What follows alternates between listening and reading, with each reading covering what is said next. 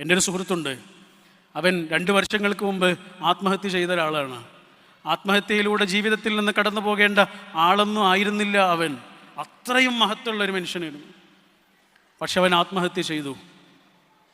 ആത്മഹത്യ ചെയ്യുന്നതിൻ്റെ തൊട്ട് മുമ്പ് അവൻ ഷൂട്ട് ചെയ്ത് വെച്ചൊരു വീഡിയോ ഉണ്ട്.